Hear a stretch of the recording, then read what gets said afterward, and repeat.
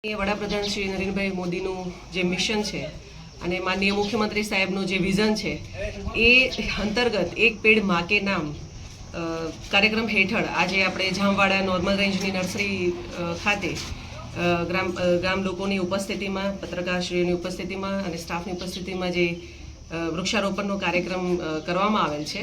અહીંયા મુખ્ય હેતુ 3.5 લાખની જે નર્સરી ઉછેરનો છે અને એની સાથે અત્યારે એક આપણે 2 હેક્ટરની જમીનમાં 350 વૃક્ષોનું વાવેતર કરવામાં આવેલ છે.